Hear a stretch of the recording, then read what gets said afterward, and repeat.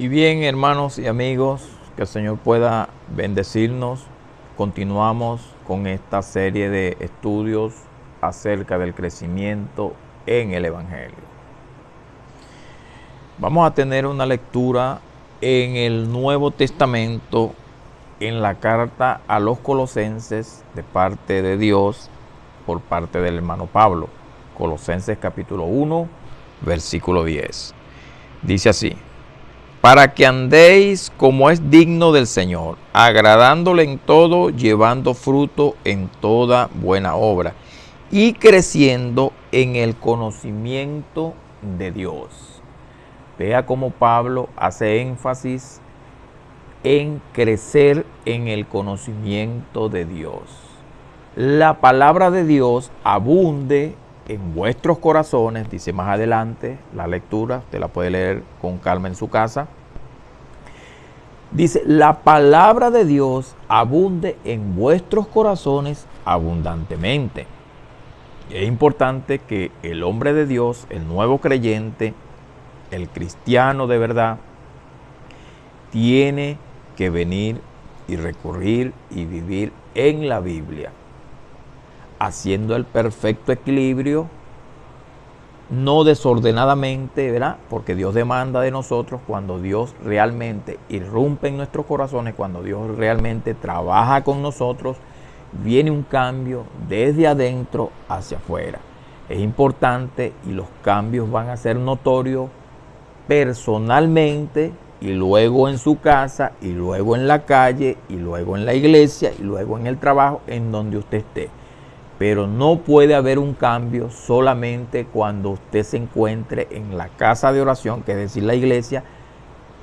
Solamente allí, ¿verdad? Usted va a hacer ese cambio notorio. Oye, de verdad, realmente ahí no obra Dios. Dios es un Dios de orden, Dios tiene el control de todas las cosas y Él es un Dios que obra por senderos misteriosos, pero Él comienza primero cambiando tu corazón, cambiando tu familia, ¿verdad? Cambiando tu hogar, y es allí donde se dice, por sus frutos los conoceréis. Es lamentable decirlo, lo digo con mucha responsabilidad, que la iglesia cristiana hoy en día está llena, de evangélicos o de personas que se hacen llamar cristianos, porque lo son allí solamente, pero después que salen de allí o en sus hogares, llevan otra doble vida. Lo digo con mucha responsabilidad y con mucho respeto, pero es lamentable. ¿Por qué lo hacen? Porque desconocen la palabra, porque realmente no ha habido un cambio espiritual en sus corazones. En otros sí, en otros no. No estoy diciendo que sean todos, pero es lamentable que personas se expresen de esta manera. Personas que no conocen a Dios dicen, para ser cristiano, para ser evangélico como fulano, prefiero seguir siendo quien soy. ¿Por qué? Porque ha habido un mal testimonio, porque ha habido una falsa vida, ¿verdad? Y recuerde que cuando estamos en los caminos del Señor, somos carta abierta al mundo. El mundo está esperando que usted se resbale para que inmediatamente ser señalado. Entonces es importante venir a las Sagradas Escrituras, crecer como cristiano en las Sagradas Escrituras, mayormente en las cartas de Pablo. Porque a Pablo le fue revelado ese misterio, ¿verdad? Ese misterio que no se nombraba en épocas pasadas. La palabra iglesia significa, es un compuesto de dos términos, eclesia. Ese es un compuesto, una palabra que significa apartados del mundo para Dios. ¿Qué es la iglesia? Un grupo de hombres, digo hombre y mujer, pues por supuesto, un grupo de hombres apartados para Dios, apartados del mundo para Dios, ¿verdad? Ahora nosotros venimos a ser templo y morada del Espíritu Santo. En la antigüedad no era así. En la antigüedad, en el antiguo pacto, Dios moraba en el tabernáculo, Dios moraba en la, por decir algo, en el templo hecho de manos. Ahora no.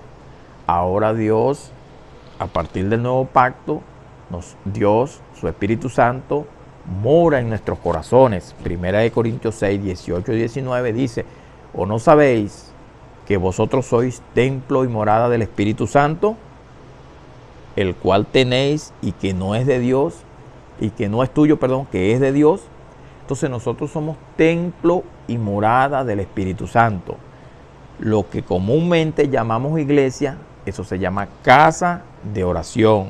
Si bien es cierto, tenemos que tenerla acorde, tenemos que tenerla bien arregladita, pero lo primero es que nosotros, nuestro altar, nosotros somos el altar, ¿verdad? Es lamentable que personas que desconocen la palabra, que desconocen estas enseñanzas, ¿verdad?, todavía se traen cosas del Antiguo Testamento, ¿verdad?, y lo ponen por obra, lo ponen como si eso estuviera vigente, y no es así. Recuerde que cuando nacemos pequeños, ¿verdad?, y vamos cambiando. El hombre es cambiante. Recuerdo un tema de un hermano, que el Señor le bendiga grandemente, que dio un tema en una vigilia llamado El hombre cambia, Dios no cambia. Estoy de acuerdo con eso, porque eso me lo dice la palabra de Dios. Nosotros somos cambiantes porque, bueno, nacemos pequeños, nos crecemos y cambiamos. Ya no somos quienes somos. Es importante saber que Dios no cambia. Sin embargo, el trato que ha tenido Dios, ¿verdad?, con los hombres es de acuerdo a cómo el hombre también ha tenido el trato con su hijo. ¿Qué le estoy diciendo con esto, querido amigo, querido hermano? Que usted tiene un hijo, si el niño tiene 5 años, usted le habla de una manera, pero ya ese niño ahorita ya tiene 15 años, no le puede hablar como un niño de 5 años, le habla de otra manera. Pues así mismo sucedió en la antigüedad. En la antigüedad, lo que se conoce como Antiguo Testamento, 4000 años de historia, ¿verdad? 4000 años de historia, 5 dispensaciones o 5 épocas, pues vamos a decirlo de esta manera, y 7 pactos. Dios, habiendo hablado muchas veces y de muchas maneras, dice el autor de Hebreos en capítulo 1, verso 1, en otro tiempo, ¿cuál tiempo? El tiempo de la antigüedad, ha hablado a los padres por los profetas.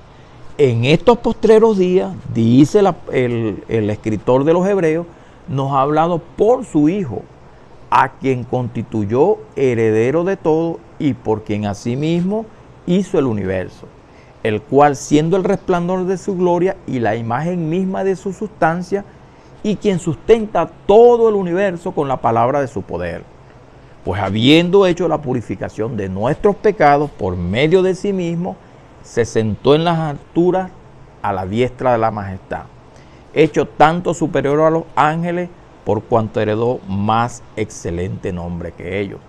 ¿Qué está diciendo aquí el autor de los Hebreos, lleno del Espíritu Santo? Que en la época pasada, pues Dios habló de una manera, pero no está diciendo de que Dios ha cambiado. No, Dios no cambia. Dios es el mismo de ayer, de hoy y de siempre. Recordemos que el tiempo, la materia y el espacio, eso nos atañe a nosotros y eso nos afecta a nosotros. El presente, el pasado y el futuro son un eterno presente en Dios. Recordemos que Dios es espíritu. Los que le adoran en espíritu, en verdad es necesario que le adoren. Y Dios es el yo soy. Él es eterno. Sobre Él no cae tiempo, no cae nada. Él habita en la eternidad y mora en nuestros corazones. Cuando el Espíritu Santo trabaja en nuestras vidas y cuando nosotros con la conducta de nosotros agradamos a Dios, pues Él mora en nuestros corazones y son destacados los frutos que produce el Espíritu en todo ser humano. ¿Cómo se obtiene eso? Eso no se compra, eso no hay dinero para pagar, eso no, lo que usted busque, absolutamente nada. Eso se consigue es con mucha disciplina, yendo a las Sagradas Escrituras, teniendo devocionales con Dios por medio de oración y no convirtiéndose en religiosos. Como es lamentable que la iglesia cristiana de hoy en día, no toda por supuesto, pero sí en su gran mayoría, pues se ha vuelto una serie de dogmas, una serie de normas, una serie de religiosidad, de cuestiones del Antiguo Testamento de aquella época y se lo traen para acá, cuando debemos estar caminando es conforme al nuevo pacto. Porque para disfrutar de un testamento, de una herencia, ¿verdad?, es necesario que el testador haya muerto.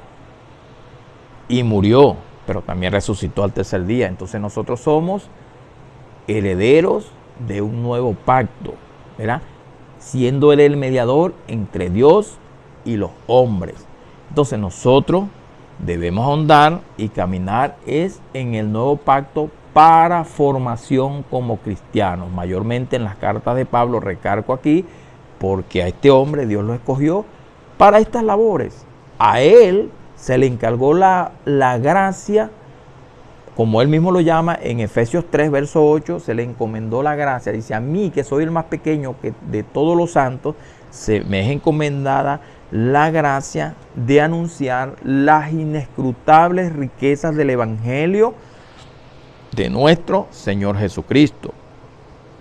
Entonces, si nosotros obedecemos a estas cartas, si nosotros empezamos a estudiar estas cartas, pues vamos a ver, empezamos a tener conocimiento cómo renunciar al viejo hombre, renunciar a lo terrenal, no poniendo la vista en lo material, teniendo en cuenta que por un poco de tiempo es necesario que pasemos aflicciones, ¿verdad? Por un poco de tiempo es necesario que padezcamos por causa de Él, cuando nos critican, cuando nos vejan o cuando nos calumnian, etcétera, etcétera. Entonces, es importante de que el cristiano sepa y entienda que es en el Nuevo Testamento que va a crecer. Con esto no estoy diciendo, vuelvo y repito, y quiero ser rimbombante con esto, ¿verdad?, de que no podamos leer el Antiguo Testamento. Sí lo podemos leer. Todo cristiano debe conocerse la Biblia, desde Génesis hasta Apocalipsis. ¿Para qué? Para que tengáis argumentos, para que tengáis conocimiento, no para contender, sino para abrir los ojos a los ciegos, para abrir los ojos de los que están equivocados, que usted lo pueda rebatir con amor, pero con mansedumbre y denuedo a través de la palabra. Mira, tú crees de esta manera, pero aquí me dice la palabra de esta, vamos a sentarnos, vamos a cotejar. Sí, pero aquí a mí me dice un versículo así, así, así. Bueno, hermano, en primer lugar, dice el salmista, Salmo 119, verso 160, la suma de tu palabra es la verdad y todos tus juicios son verdaderos. ¿Qué está diciendo el salmista allí? Cuando encontremos un texto bíblico, ¿verdad?, no podemos hacer una doctrina con ese solo texto bíblico, tenemos que cotejarlo con otros textos bíblicos. Recuerde que en la Biblia existen lo que se conoce como antinomías, una aparente contradicción, pero en nuestro pensamiento, pues no hay ninguna contradicción en la Biblia, sino en nuestro pensamiento.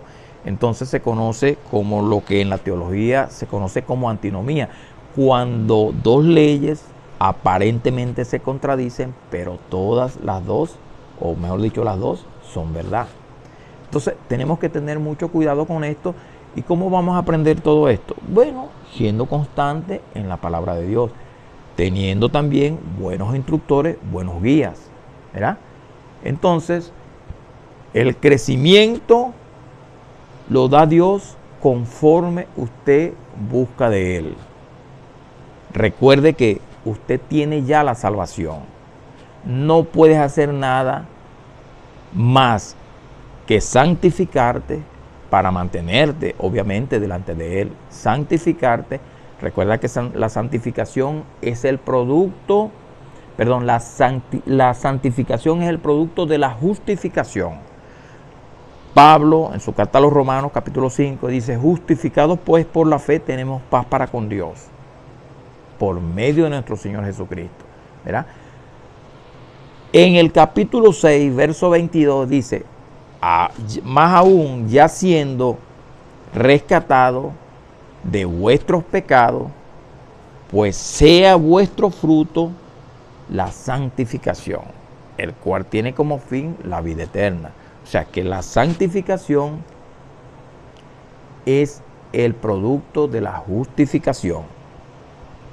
porque la paga del pecado es la muerte, pero el regalo de Dios es vida eterna en Cristo Jesús.